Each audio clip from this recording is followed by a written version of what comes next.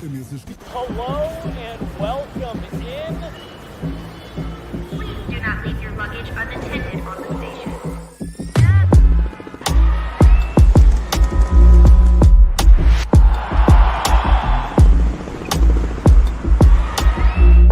Welcome to the show. Hello. Welcome into Guerrilla Sports Off Ice. JJ Jerez, Jesse Montaño here today. We're happy to see you. Happy Monday. I was waiting for you to break into a full first verse after that. Hello. Was it rhythmic? Of course, Megan not here today. Just having a little bit of a day off, which she deserves. With the fam. So me and Jesse are across the studio from each other. Jesse, can you hear me? This guy. What? I'm over here. Can you hear me? Can you turn him on? I can't hear him. No, we're happy to see you guys. Slow day in the NHL today. Only one game on the docket tonight, but that's in preparation for what's going on tomorrow. Tomorrow's mayhem, hockey mayhem. Anybody who has a sweet basement set up with multiple TVs, tomorrow's the day you made that setup for, right? So you're going to have a million games tomorrow, literally every team playing. Isn't it funny? Because this is like the NHL is promoting this day. They did it again. They did it last year. Tuesday. Why Tuesday? That was going to be my response. Like, why a freaking Tuesday? You could do this on a Saturday, on a Sunday. Dude, Tuesday? I know why they wouldn't do it on a Sunday. I guess that makes sense. But I would love dude, I love when football season starts winding down and the NHL is back on board with like playing games on weekends. I love a late season Saturday morning, get up and you turn on the first East Coast game, Buffalo and someone else who's probably beating Buffalo. And then you just watch all day and then you end it with Anaheim and LA just both looking terrible. And it's so fun. I wouldn't be opposed to just trying it on a Tuesday. I know you're up against the NFL, but On a Sunday, you mean? Yeah. What did I say? You said Tuesday. Oh, my bad. I was like, well, I have great news for you. I meant Sunday because if you're up against the NFL, you try to flex on them. Try to take some viewers. And if the ratings come out better than you expected, you could be like, look, we actually have something here. We don't have to be scared of going up against the NFL. To be the best, you got to beat the best. And then if the numbers don't go well, you go, see, that's why we don't compete against the NFL. We knew it. We'll do it on a Tuesday. But yeah. But no, I am. Do you remember last year in Bolding? He had the directive from his editor to go around and ask all the players about it. And they're all like, what? What are you talking about? I'm excited for it. I am too. I think one other thing everybody's excited for, and this is how we got to start the show today, is oversized hats. Yeah, dude. How much are we loving the player of the game oversized hat for the Avalanche? First saw it with Nathan MacKinnon, Ross Colton last night. This is what I loved about it the most. Actually, there's two things I loved about it. One, Gabe Landeskog apparently is the catalyst for this idea. He's the one that bought the hat, said, this is what we're doing this year, guys. And for 4 games, he was just sitting there like, oh, I know. I want to whip out this hat. I'm so excited for the hat. Why won't you guys just win? Do you think he told everyone before? I like to think it was a surprise. Me too. I'm with you. Yeah. I did see last night, though, the final minute was winding down. They'd hit the empty net, and we were standing in the hallway. And Donnie, I see him come from one room with the big hat box, walks into the locker room. Yeah. And then he came back out without it. So I don't know where he said it necessarily, but hell of a case too. I feel like that case was probably more expensive than the hat itself. If it wasn't custom made, that's an unbelievable hat box just to have lying around. Yeah, definitely. And the second thing I loved about it was just when Nathan MacKinnon put it on and he just kept a straight face. Well, acted like, what hat? So last night, we all walked in and he handed it to Ross and he said, you have to wear it on camera. So Ross put it on and Nate goes, it's the media hat now. And I hope it is. I hope so too. We're going to have a whole season full of seeing that freaking hat, which is hilarious and fun. and that's what it's about. Yeah. Hockey. I is should fun. have sent my photo to Chloe to post for our show. Well, That was it's all right. actually just a little joke between you and me. But no, dude, I'm loving it. Like they always gave the team puck, or the game puck, to a player. There's the famous video of Sam Girard, the Cale Makar video, and like I love that. I love the fact that it gives him out, but this does just feel like there's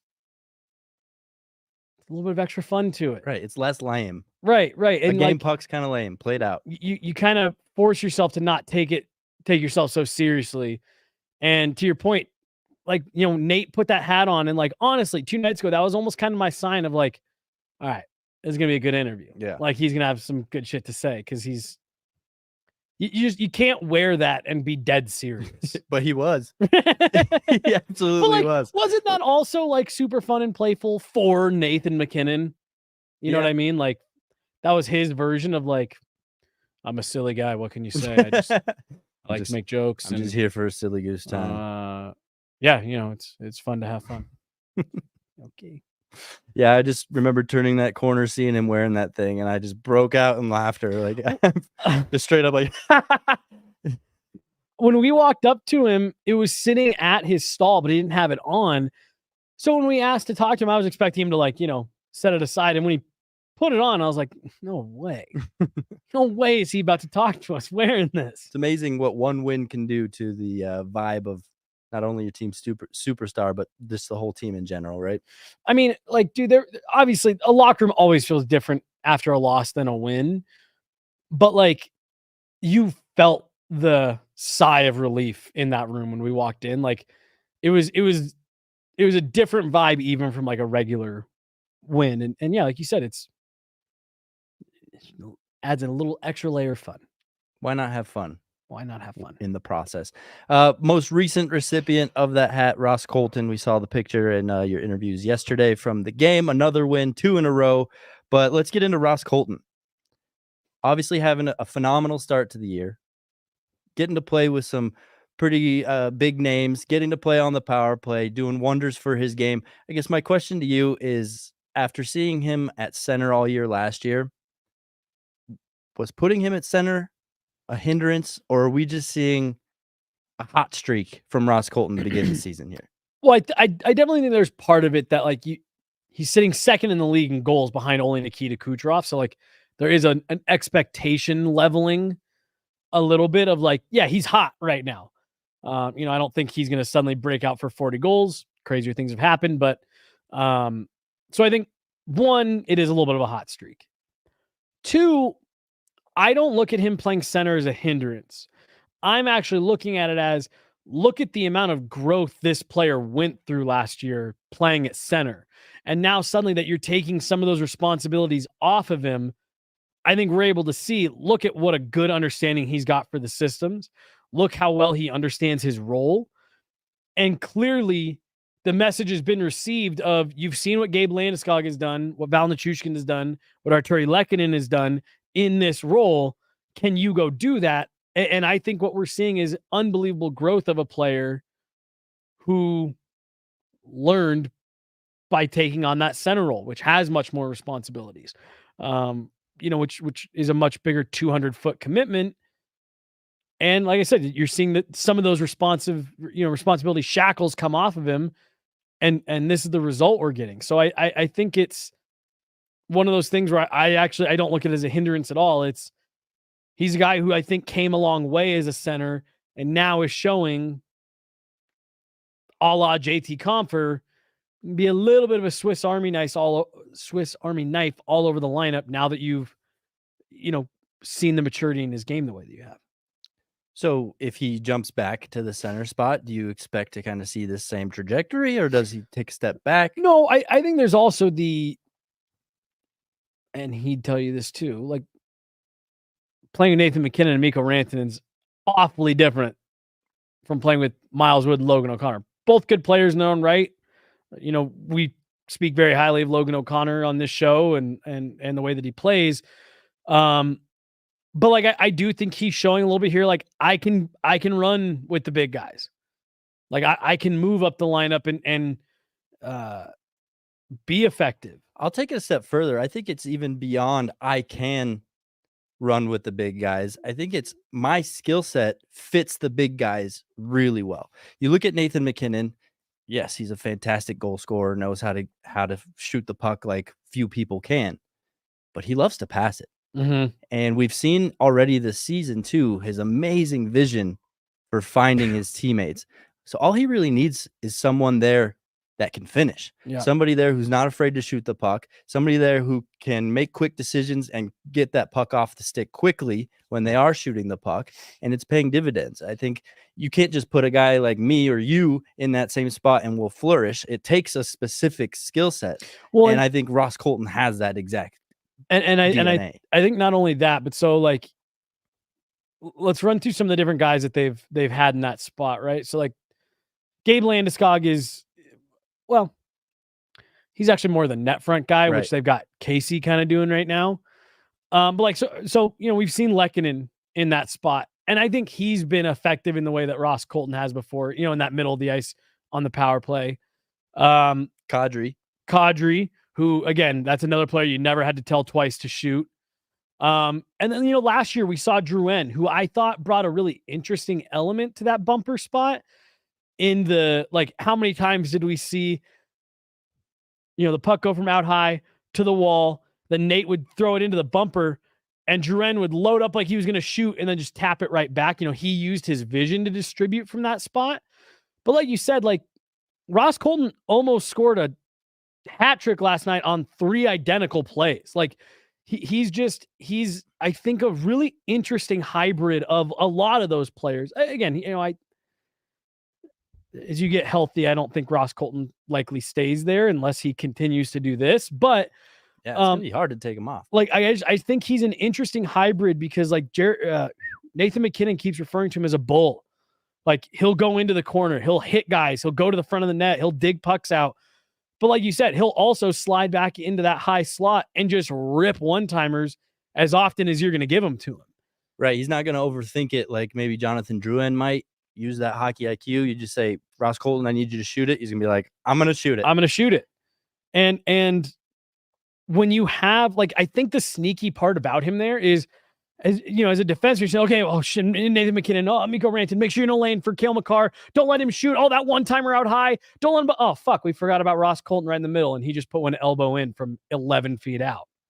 Like, he's found a really nice soft spot on the ice with those elite players. And again, like, that's maybe been the part, now that we're talking about it, like, yeah, maybe that bumper spot you want to be like a sneaky shooter type guy and not a distributor, because there's so many guys that they're selling out in lanes for. Like both those Ross Colton goals, he's wide open.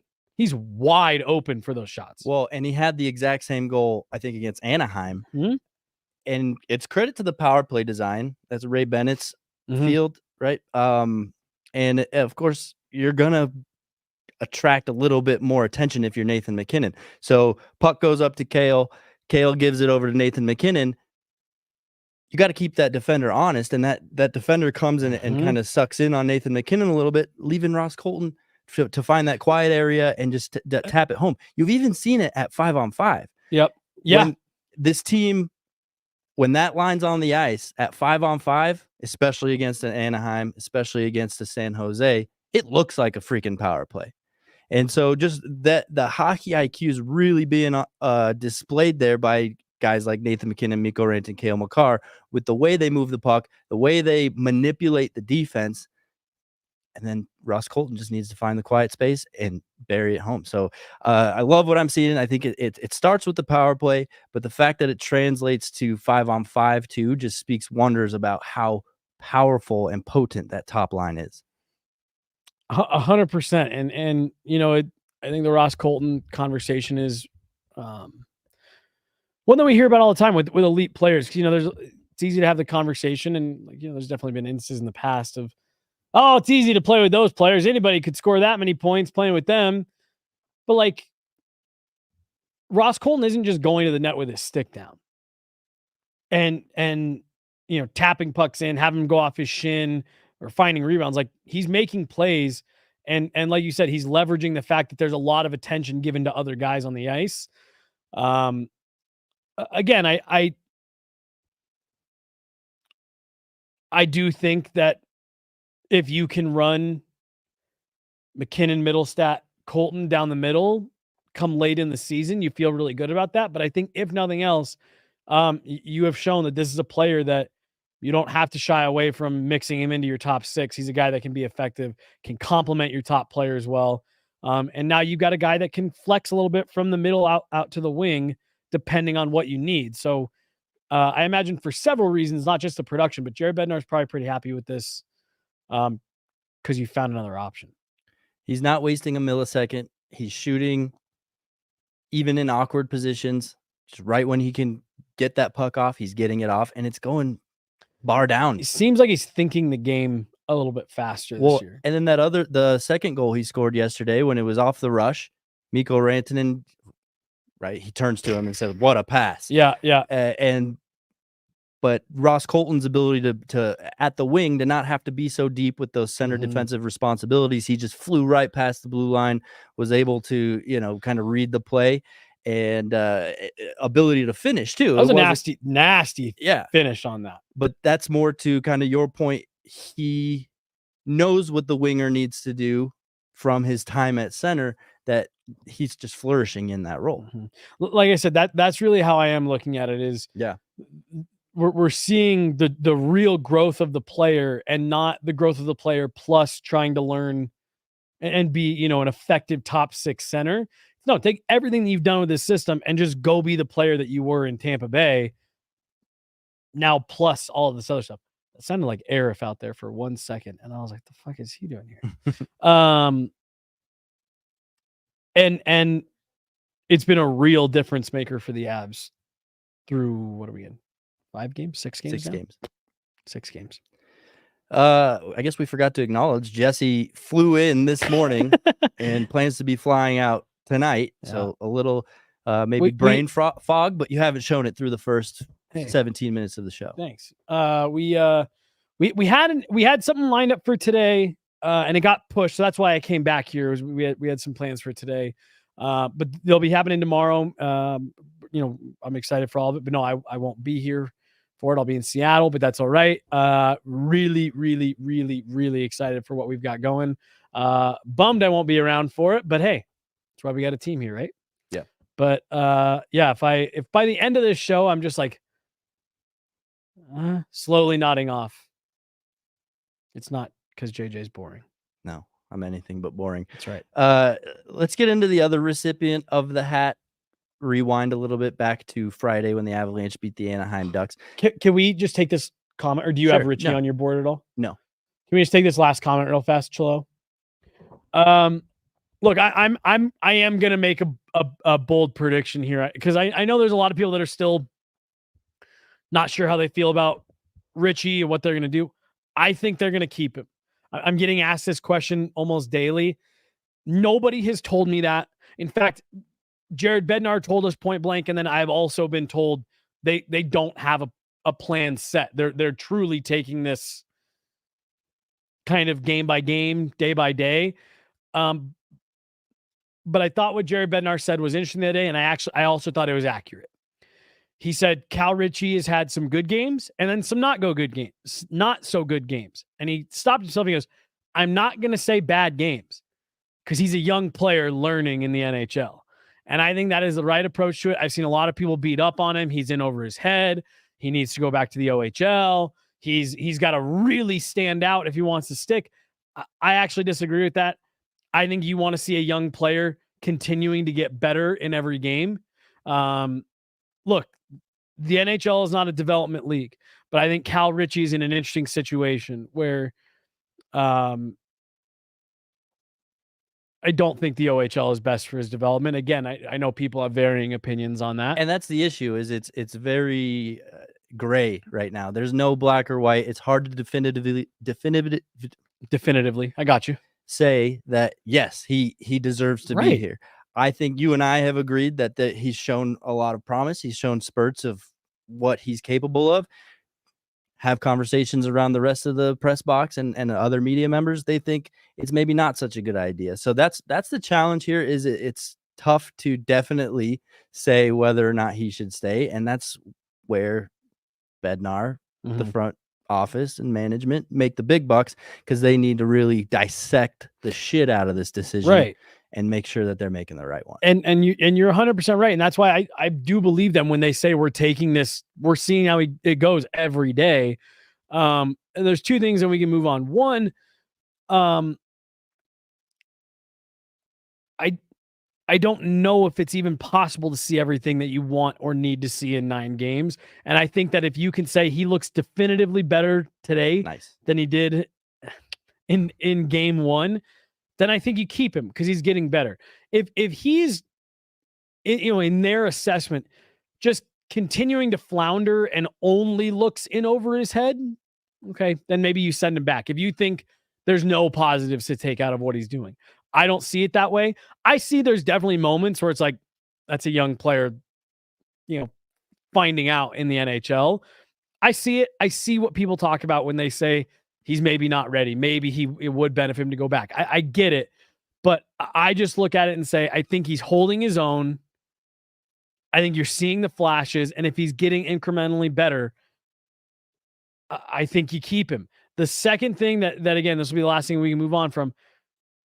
The other part to it too is, and again, maybe it's not that big of a deal. Maybe it's just you bring up TJ Tynan for a little bit, but like, you need him right now. You know what I mean? Like, just with the bodies you've got out, you need a skilled player. So truthfully, I don't know. And I'm going based off of when Jared said, I'm not going to say they've been bad games. He's a young player. I'm going to take that as that they're going to roll with it. And they're going to see if they can get him, a really strong year of development, and maybe halfway through, can he really start to find that stride playing at this level? We'll see. I'm going to say that he sticks, which probably means he'll be sent down at the end of this trip. Sorry. Well, thanks to Ragnar for the question. Thrown in there about Calum Ritchie. Now through 6 games, will we see him past 9 for those who are audio only? Yep. Going back to Nathan MacKinnon and the OT winner against Anaheim. A little bit of a shame that the Anaheim Ducks got the Avs to overtime. Empty net goal scored by Anaheim. Avalanche unable to bury it with that empty net with what it was like almost 3 full minutes that they had. Real quick, just on Cal Ritchie, just because someone mentioned this. This is the other thing Why too. do you hate me? If the Avs keep him, I think they would let him go to WJCs. That's the other part of it too. Rather than you would say, we're going to keep you, but you're going to take a nice 2-3 week break in the middle of December where you're going to go play with your peers. So that's the one last caveat I wanted to put with this is I think even if he sticks, he'll go to WJCs. Nathan MacKinnon overtime winner. It's a shame. Anaheim scored with an empty net with 12 seconds left. Yeah, and it's kind of more penalty kill woes. I know that's not a penalty kill, but you're down a man, not exactly doing it great. Yesterday, the 1 goal San Jose scores, Avs are on the penalty kill, still really trying to navigate being down a man on the ice. And I mean, for as much as they're struggling on the kill, you can't take that many penalties. 5 penalties in the second period alone for the Avs. I talked to my mom after the game last night, and they weren't able to watch it on TV. And my mom goes, I was keeping track, and I thought there was something wrong with my NHL app at one point. The whole second period, every time I looked at it, it just said power play for San Jose. I was like, no, that was accurate. They played half the period shorthanded. The discipline's got to be better. And look, this is where I thought Eustace really shined last night. I thought there were multiple times where he made nice saves through traffic that settled things down. We're able to angle pucks to the corner so that the Avs could make a play on him, get him up out of the zone, hard off the glass. And then I did think, in general, the penalty kill in zone coverage was much better. They kill a 5-on-3. I thought it was better, but when you're struggling on the penalty kill, you just cannot continue to play with fire like that. Yeah. Just way too many. Calvin DeHaan arguing with the ref the whole way. The ref actually skated away before making the call at one point because Calvin DeHaan wouldn't stop. And it was textbook holding. I could not for the life of me figure out what he was arguing. I thought the Miles Wood one was pretty bush, to be honest. Like I think they called him for holding, and literally he had one hand, and like the guy, fell as a result of the tie up with Miles Wood. But like, I didn't think it was Miles. Literally looked like this by the time the penalty got called. Like he wasn't holding the guy. Like the Logan O'Connor one, I thought was fair. Josh Manson didn't make any sense. He gets in a fight and they give him a rough. I think just the refs early on. That whole thing didn't make sense. Yeah. Because there was Logan O'Connor. Was that on the Logan O'Connor hit? Or somebody got hit and Manson came in. No, okay. It was Ludwig. Ludwig got hit. Manson came in, started a fight. They drop the gloves. Both guys throw 2 clean punches and fall to the ice. They get everyone up. They skate them over to the box. And in the arena, they announced each guy 2 minutes for roughing. And we were all laughing like that wasn't roughing. Those were just fighting majors. And then the puck drops and San Jose was on a power play. They score right away and nobody comes out of the box. Over the press box intercom, they only announced each guy 2 minutes for roughing. Yet San Jose on the board and obviously on the ice had the man advantage. Corey and I were confused for a while. Then in the second period, Logan O'Connor, I thought he could have gotten a knee. They called him for a trip. By the letter of the law, it was instigating for the San Jose player. He skated, whatever the rule is, more than 20 feet across the ice with the sole intention of starting a fight. Never made a play on the puck. He was a defenseman, came down low, came up behind Logan O'Connor, and they dropped the gloves and went.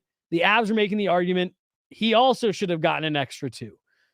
Those 2 instances were my only real issues with calls. Otherwise, yeah, you got to get the stick infractions in check. You can't be skating around with one hand on your stick, swiping at plays and expecting yourself not to get a penalty, especially when your penalty kill is struggling as much as it is. And the reffing on Friday against Anaheim was something else as well. Dude. I think refs might be boozing it up a little bit before the game or something. I don't know, but it's been very weird. At least the last 2 games have been. But I mean, bro, that Anaheim game. I mean, like those first 2 goals of theirs, terrible. I mean, just terrible. Late whistle on one. A missed whistle on the other. Yeah, that was D-. Yeah, but good on the Avs to persevere through that. Totally. And I think just in these 6 games, 2 short weeks, you're seeing growth.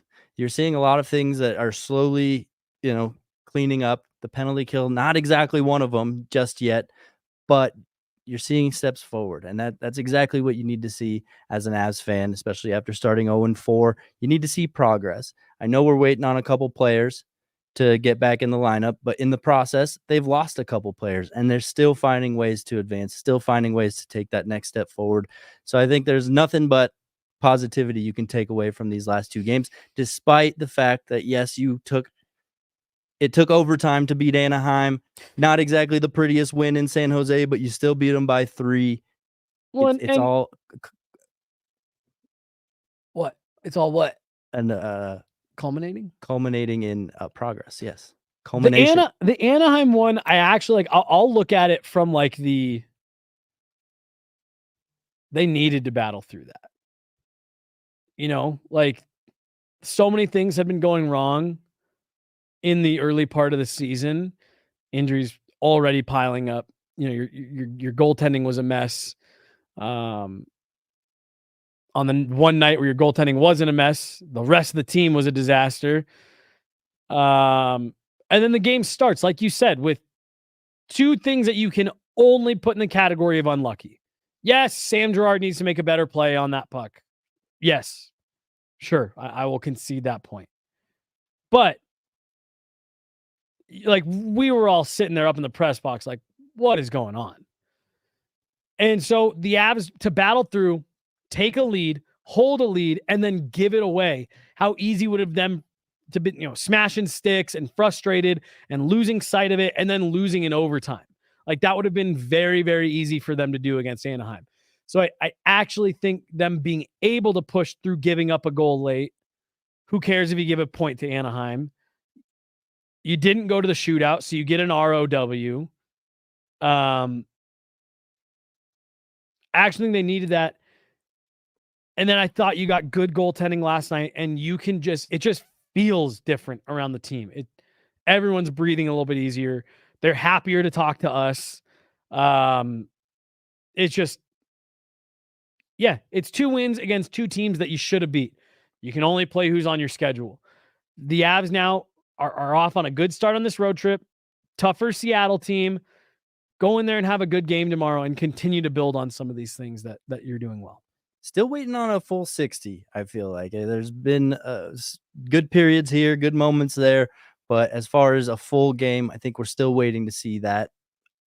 Not surprising because that's kind of been an issue of theirs for a while now. I would say a couple of years. But once they kind of continue to make progress, continue to get bodies back in the lineup, I think a full 60 will be coming. And they've acknowledged to us before, and like I think it's reality, putting together 60 really good minutes is tough. It's rare to see, right? That teams don't have lapses. I also feel like the lapses up until last night were getting shorter and shorter. I thought the second period was kind of a disaster for them in San Jose last night. There's a lot of that you took so many penalties. You just let the Sharks feel the puck on their stick a lot. But hey, look, I actually thought last night was they played really well in the first, gave Eustace the support. He gives up one that I didn't love, to be just being frank. I didn't love that in tight. And then your goaltender comes out and returns the favor in the second period. That's how this is supposed to work. It's never going to be all your goalie or all your team. Well, maybe it can be all your goalie if you're the Rangers 2 years ago. But, very rarely are you going to find yourself at the top of the standings purely because you've got an elite goaltender. And very rarely will you find yourself at the top of the standings purely because you got an elite team and bad goaltending. They've got to be able to work together. I thought we saw a good combination of that last night. The skaters needed support there in the middle. Eustace picked them up. And then I thought it was a pretty good, it was a better third period. Yeah, let's get into Eustace a little bit. 25 saves last night. And I think pretty good is the best way to define his night. I don't think he was amazing. There's a lot of things that work for Eustace Annunen, and they were on display last night. I think his positioning, his ability to be square to the shot is good. He's big. So when he is square to the shot, it's tough to see much net, often hits him. Because of his size, he's got a huge butterfly. I mean, and credit to him, it flares out really nicely. I think there was one save in particular last night where it was purely just mechanics of what you're talking about. Right. So his butterfly flare covers a lot of ground. I still see him kind of losing pucks. Like, yes, he's getting hit by him, and then he's like, shoot, where'd that go? If he has to slide out, sometimes, and we saw it last night, he ends up on his butt. Didn't hurt him last night, but just a little bit chaotic when he does have to slide and recover to find those rebounds. So still not fully in love with his ability to control those rebounds or react to the rebounds. But first save, I like it off the first shot. And I just think, the size with that butterfly flare is a lot like Jonas Johansson. Very similar. Yeah. Oh, yeah. Huge dude, massive butterfly flare. Yeah. Can sit in the butterfly post to post. Post to post. Yeah. And that's unreal. Yeah, that's huge. So I think we're seeing some upside to Eustace Annunen. So but the juice is still not loose. Right. The juice is very much contained. Right. You and I have talked a lot about his puck tracking, and that's right. For me, a non-goalie, that's where I see him struggle the most, is finding the puck. And often it's finding pucks on second opportunities that he really seems, what, who, where, it's in the net. Last night I thought was one of his better games that I've seen, where he was, boom, big save, glove right on top of it right away. He found that one puck through traffic. Sharks player was coming right down the slot, ripped it high glove, and I mean, he just plucked it out of the air. So I thought he tracked the puck better than we've seen recently. In large, I agree with what you were just saying. Look, dude, like I talked about him before the game on Twitter. I thought last night was a big game for Justus Annunen. Fuck the results. He needed to come out and play well. His job is up for grabs. Officially, Capo Kakanen's in town. He's on the trip. He's skating at practice. Immigration's cleared. Jared Bednar alluded the other day that there's a chance we see him on this trip. Like, we might see all three goalies get a start. And if you don't think that they are looking for who's getting the minutes, you're crazy. And Justus Annunen last night earned himself some minutes. I'm a hard believer at this level, especially in net. You have to make the most of the minutes that are made available to you. There's no excuses. There's no, he came in as the backup. He wasn't warmed up. And that goes on the skater side as well. How often do we hear people, it's not his fault. He looked like shit. He played on the fourth line. It's like, yeah, against the worst players on the other team. And he couldn't keep up and he, whatever. So like, you have to make the most of the minutes that are made available to you. I thought Justus Annunen did that last night. Like there was in my head a real situation that played out last night, JJ, where the Avs go in, play a strong game against San Jose, and Justus gives up 5, and they say, "Cool, we'll keep you around for a week, and then might try to sneak you through waivers." We've got 2 goalies that we trust. He did his job last night. And for my money, he's earned himself another start. I'm not saying tomorrow, but just at some point here, you can go back to Justus based on what you saw last night. Yeah, agreed. As long as it's kind of one of the weaker opponents in the league, I think you're a lot more comfortable with that. It almost feels like it's a situation now that they've brought in Kakkonen, that if you were to ask Georgiev about him and Georgiev was 100% honest with you, he might be like, hey, Kakkonen's here to take Justus's job, not mine. And if you ask Justus might be like, no, Kakkonen's here to take Georgiev's job, not mine. So, I think there's still belief within the goaltending group in themselves. And I think it's just going to provide some very healthy competition. And I think you were the first one that pointed that out with Kakkonen coming to town. It's like, if nothing else, we get some guys maybe pushing each other a bit. Mm-hmm. Like, if it changes nothing, maybe there's a little bit of a fire under their ass now. I think in the last 2 games, we've seen a different level from Cale Makar. Gets a goal and 2 assists last night, so it's easy for me to say, hey, he's playing great right now. But you're seeing him turn it up a little bit. He had that rough game a couple nights ago, put it on himself, and since then, it's been 2 games since, and I think we're just seeing a different version of him. We're seeing a really freaking awesome version of him that maybe we haven't seen in a couple years. The Islanders game, the one they were referring to where he really wore it, seems like that was the wake-up call for him. And look, like, I also think in this space and just, us in media, fans, I think it's easy to overanalyze stuff. And, what's wrong with Cale Makar? Who is this? Like, he had a bad night. And I think it was just a good reminder that, like, everybody has a bad night every now and then. But I mean, he's looked like Norris Trophy, best defenseman in the league, all of it, these last couple games. And the Avs need that. 12 points for him, a point in every game so far. Like, if you go look at purely, forget fancy stats, anything, that dives a little bit deeper. If you're just going and looking at production, the big dogs are doing what they need. 12 points for Cale, 11 for each Mikko and Nate. Like they're chipping in where they need to, and Cale Makar is a difference maker out there. Agreed. I don't feel like we have to dive into it much more than that, but yeah, I just love the way he responded to that tough game against the Islanders, and not only responded but went the extra mile as well. He's really elevated his game, something really, really pleasant to see. I want to get into Jonathan Drouin and Devon Taves. Mm-hmm. What's the latest on those guys? Start with Drouin for us, because I have another conversation I want to tail off the Taves side. Yeah, so Jonathan Drouin is not on the trip with the Avs. Jared Bednar did say, look, you never know what could happen. All kinds of things could change. Maybe he would join us, but they weren't planning on that. And he used the phrase a while. Joe's going to be out a while. We don't know what the injury is. It's upper body. That's all we know.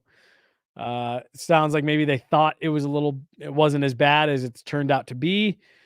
We see him around. He's in the gym. He's around the team, things like that. So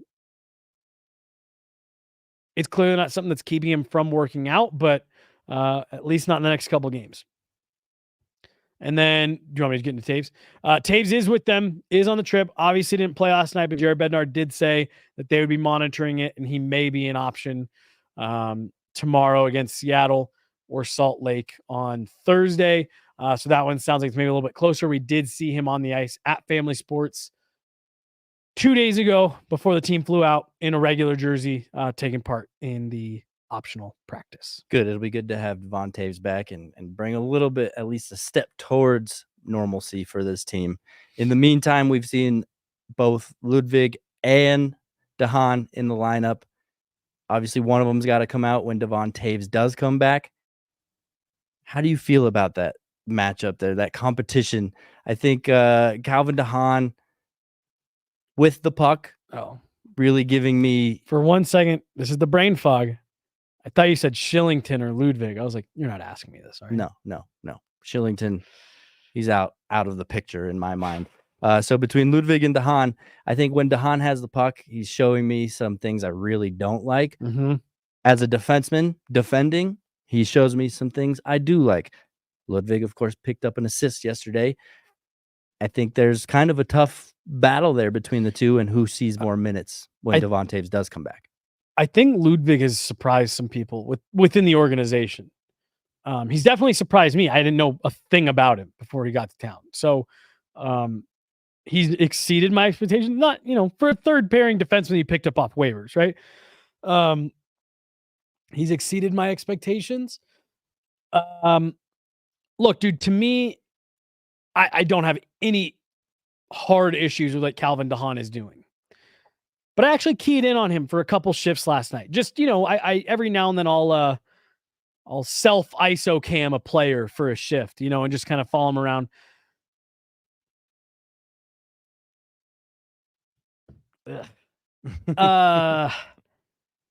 He just looks like a guy with some limitations. Like he looks like exactly what we expected. Calvin DeHaan's bopped around the league a bit. Middle to bottom pairing guys, had some injuries. He and I was trying to get the number out of my head. He reminded me of Mark Barberio last night. What a guy. What a guy, dude. One of my favorite locker room guys ever. But again, like he was just kind of there, scrambling around a little bit. Like I said, I did not like the penalty. Wrapped both arms around the dude and then chased the ref around the ice arguing. I was like, bro, that's one that you're going to get into the locker and watch the replay. And, oh, damn. Do you know who that ref was? I should probably shoot him a text. Like, it was bad. And it was a play where he was losing a race. And so he pulled the guy down. As a veteran player, I just didn't love to see that. Again, I don't have any real issues with Calvin DeHaan's game. I think if you keep him in the lineup over Ludwig, fine, whatever. I just like, because Ludwig feels a little bit like an unknown, and backup quarterback's always the most popular guy in town, right? Because you don't really know what you're going to get. So that's how I feel a little bit like with Ludwig right now. I've liked what I've seen. I haven't loved it. I've liked it. And I feel like there's maybe a little bit more there to be seen. Jared Bednar even said we weren't expecting him to have as much jump in his step offensively as he does. So I just think that he's the more intriguing option right now. DeHaan, I feel like you know what you're getting, and we've seen it, and it's fine. So who would you rather have in there? Oh, sorry. That was a really long Taves way to comes back? not answer your question. For me, it'd be Ludwig to start. I think it's pretty easy to go to DeHaan, but I also think it's pretty easy to scratch DeHaan for load management. He's had injuries. He's not that old. But like if you want to say, we want to make sure that you're fresh. I think Ludwig's giving you a really nice 7th option. I'm not trying to beat up on Oliver Shillington. I'm not in the business of kicking guys while they're down. He's got to know this has not gone very well. And from the moment his gear didn't show up, it's just kind of been a nightmare for him. And Jared Bednar's alluded to this. Oliver Shillington's the strength of his game is supposed to be his skating and his puck work. I think the worst stuff that we've seen from Oliver Shillington so far has been his skating and his puck work. He's been a disaster with the puck on his stick. And he's doing stuff in the defensive zone that's making me go, ay, ay, ay. You know what I mean? Mm-hmm. Like it's been bad on all 200 feet. If I was on making decisions, I'd have him on waivers, and I'd have my 7 once Devon Taves come back. That's just me. I'm sure Shillington will get another crack at it. Jared Bednar alluded to the fact that this is a guy who missed a lot of hockey, and he looks like a guy who's missed a lot of hockey. So, they see the upside in him. I think they're going to try to get that out of him, but for me, if it continues to look the way that it's looked, you cannot play Oliver Shillington at the NHL level. We talked about Cale Makar elevating his game. Well, what's been a big factor since that is Shillington hasn't been out there. Take that how you will. 1 + 1 = 2 almost every time. But in the case of DeHaan and Ludwig, I think you really got to dissect who complements Sam Malinsky better, which kind of feels like Calvin DeHaan might complement Sam Malinsky a little bit better, but I haven't really loved what I've seen from DeHaan. I'd love to just give Ludwig a little bit more opportunity, see how he handles it, and then make the decision from there. Well, I just love that, Ludwig profiled as a responsible, heavy, hard kind of shutdown guy, but has shown that he can chip in offensively. Gosh, does that not sound almost like the identical scouting report to Josh Manson when he first got to town? Oh, big, mean. He's going to be their shutdown guy, pain in the ass to play against in front of the net. Suddenly, this guy's jumping in the rush and dropping bombs from the middle of the zone. And whoa, this guy likes to play offense. And I feel like we've seen that from Ludwig a bit. And who have we always said was the best partner for Josh Manson? Sam Girard. Because you had that real, yin and yang, and not just them being opposites, but how do they change and make each other better, right? And I think that you have the potential to see that a little bit in a light version with Malinsky and Ludwig. And again, they're not going to healthy scratch Calvin DeHaan for the rest of the season. I think you work him in, but if you're asking me who I have liked better, personally, it's been Ludwig. Small sample size. I've liked the upside. I like that you're calling him Ludwig with me. I'm pretty sure it's Ludwig. I like to call him Ludwig. Ludwig? Ludwig is just more fun to say. Plus, there's a golfer named Ludwig. Oh, well, then it's Ludwig Albert. I'll ask him. Yeah, I'm sure it's Ludwig. He's American or Canadian. Yeah. He's North American. Because I believe he's Czech by place of birth only. Oh, in the same way that Kovalenko is. Then it's 100% Ludwig. Kovalenko is from Raleigh, North Carolina. And I think it's the same thing for Ludwig, that he was born over. I think his family's from there. But he told us, he was no, I was raised here. like Nemesnikov too, right? Remember when Nemesnikov showed up to Colorado and one of the reporters who doesn't report anymore was like, "Why is your English so good?" Like, well, because I was raised in Detroit, so. I'm pretty sure that it was Ludwig that told Evan Raul that that the doctors had given the wrong due date. And so that his parents were over there and it was like, "Oh, you're having this baby like right now." I'm almost positive that's the case with him. Moving on, Val Nichushkin back in town, back on the ice. It kind of feels like this next month or so for him is going to give him a lot of time to think about what happened. He's going to be on the ice by himself, and it's got to be tough to be on the ice by yourself when you're healthy, when you're not necessarily working on anything but conditioning and staying in shape. So I feel like the next couple weeks, it's almost like a small prison sentence for him, just skating on your own. Think about what you've done. Think about how you're going to approach things differently and see if he can come out the other side with a little bit of maybe repentance, a little bit of sorrow. And, I think the biggest thing is we want to see that he feels bad about what he's done, that he feels a little bit of remorse and isn't just like, yeah, they caught me. So what? Move on. So these next few weeks should be beneficial for him in that regard.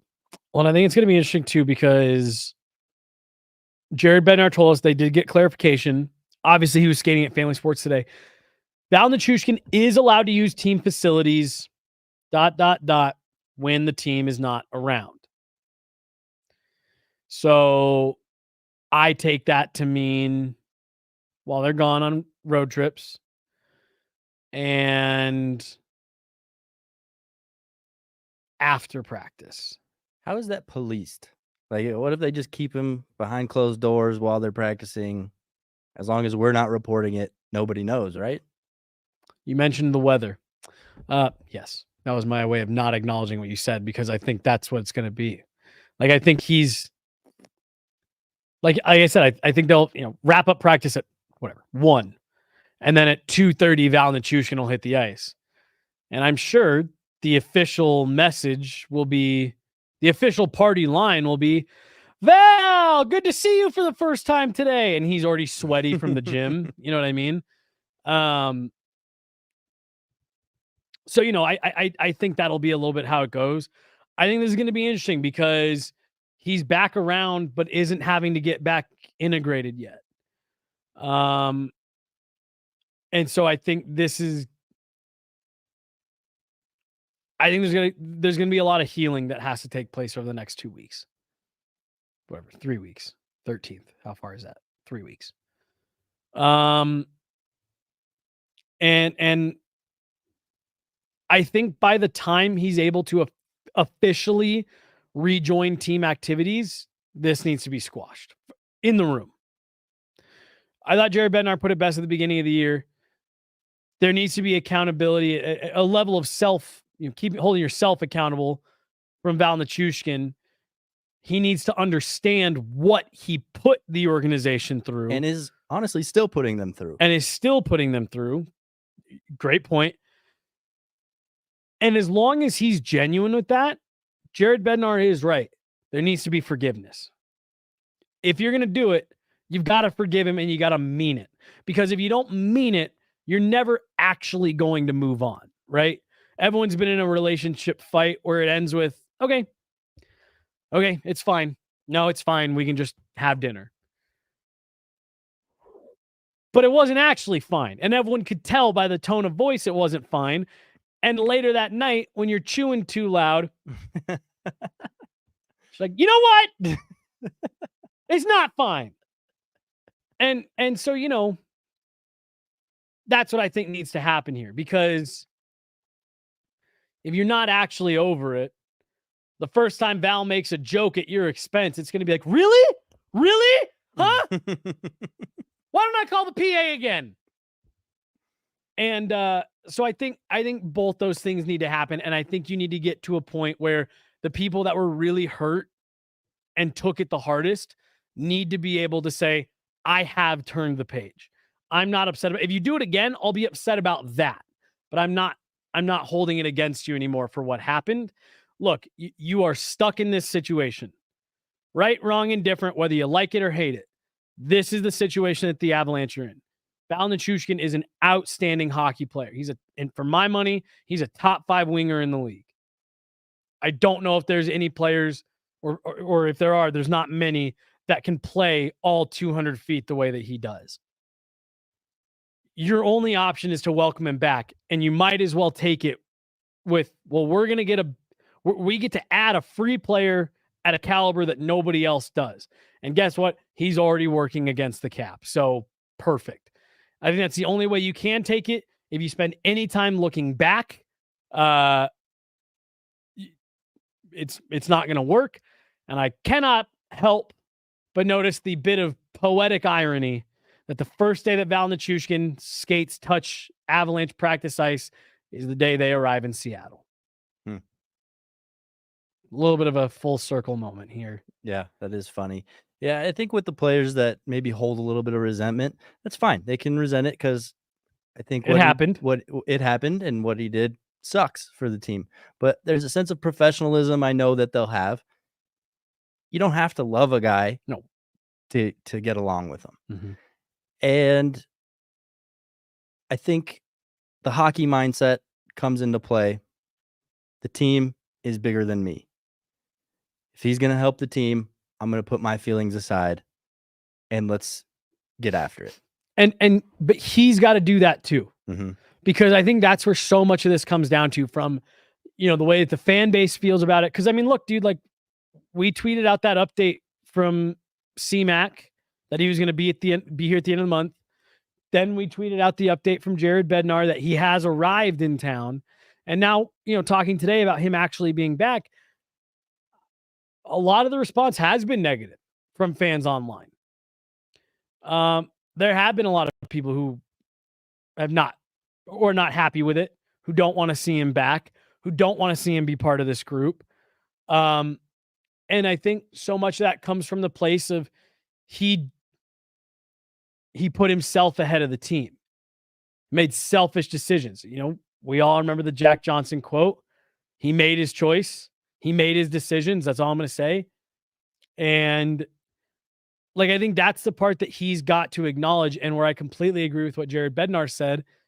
He's got to understand what he did. Because in just talking to some folks that I've chatted with, that was always the issue, was that there seemed to be this, well, I just got caught. Yeah, it's fine. It's fine. It's fine. I won't do it again. Don't worry. And no real sense of I let you guys down. I let this entire locker room, this entire organization, this entire city down with a selfish decision 3 times. And I think that's the part that he has to, that's how we'll know how he's come out of this process. Is he owning it? Is he coming out and talking about it? And not just saying, let's move on. Right. He's got to show up and get that elephant out of the room as quickly as possible. And he's going to have to do that by taking ownership and accountability and being apologetic. Yeah. Genuinely being sorry about what he did. Yeah. And I'd like to think that he knows that. And to make it as comfortable as a locker room for everyone involved, that's the way he's got to approach it. Has to. My dad used to always tell me, I don't want you to be sorry. I want you to do it right. And I feel like this is an instance where Valeri Nichushkin has to do both, doing the right thing. And I think what you just said, that he's got to be genuinely sorry. He has to understand how his actions impacted the 20 other guys in that locker room. It's funny. I used to say that as a goalie a lot. I don't need your apologies. I need you to make plays. Yeah. Because, as a little kid, we'd fuck something up. Sorry, Dad. Don't be sorry. Do it right. You messed it up because you did it half-assed, and you tried to get it done, so you go hang out with your friend real fast, and you did it half-assed, and now I had to come out here and do it. don't apologize to me. Do it right the next time. And this is an instance where Valeri Nichushkin's got to do both. He's got to make it right. And he does have to feel that genuine remorse because that's the part that I do feel has maybe been missing in past run-ins. Indeed. Well, I got one more thing for our show before we get out of here. Then it's on to Seattle. Yep. Literally for you. Kakinen prediction. When do we see him? Being sorry is doing it right. Great comment. Kakinen.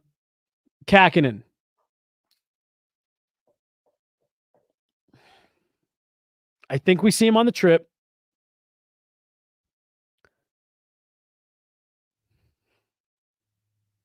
Do we see him tomorrow?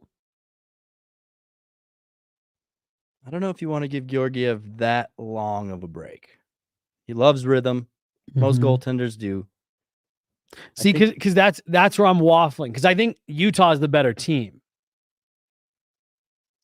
I almost think it'd be more beneficial to not see him during this trip. Wait till that back-to-back next week at home. Give him the Chicago game. But so the only thing that I worry about with him is like it's been a long time since he's played now. Right. So let him play Chicago first.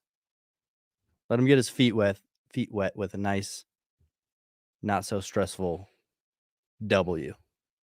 Because the reason I hesitated on do we see him tomorrow is what you said about Georgie. He does not like to sit. Hilarious seeing Georgiev last night in San So Jose funny. in the corner, right? Every time the camera would pan over, you just see Georgiev chilling there by himself with a towel. Well, and, Just a perfect metaphor for what goaltending is. Like you're on an island. Like, and especially because of the way that their pads sit. Like, they're sitting like this, but their pads make it look like they're sitting like this because they're touching. Yeah. And it's just I actually took a picture from the press box. Because it's just like I said, they're sitting a very casual, normal way, but it looks like they're very proper. I mean, he had the old school towel around his neck too, right? Well, and at least he had Donnie, like he had a couple of the equipment guys behind him. So like at least there's someone over there, but I do find that shit funny though, dude. It's 2024 and you don't have room for the backup goalie on the bench. Like, what are we doing here, San Jose? Yeah. Figure it out. Empty building last night. Really? Ooh. Empty, bro. Not much to cheer about over there. I mean, they sucked last year. They're due to suck again. And then Celebrini wasn't even in the one shining spot of your team. You don't even get to see it. I was bummed that I didn't get to see him because he's an interesting one. Like he's one of those players that I think is going to end up being really, really good, but play for a few different teams over his career. I just don't think Macklin Celebrini is going to be like the one overall that saved the franchise. Like I think he's going to be a very good player, and I just wanted to see him up close last night. I was a little bummed. Yeah. Well, you'll get to see the Seattle Kraken up close tomorrow. Love that building. Yep. We'll dive in because we have a show tomorrow. Yep. We'll dive into that matchup tomorrow. May have a special guest on the pod tomorrow as well. Okay. We'll see. All right. That's all I got. That's all I got too. That'll do it for today's show. Thanks, of course, as always, for hanging out with us today, spending your time, which I know is precious, spending it with us two idiots. With us. Look at that. With us. And Megan wasn't even here, the one who lifts us up so much. So yeah, they just really loved us today. Our one bright spot of positivity wasn't here, and we weren't that negative today. Our Ross Colton wasn't here today. So yeah, we'll see you guys tomorrow. Thanks again for hanging out with us today. Avs continue to right the ship. We'll see how they do tomorrow. See you guys tomorrow as well. Bye.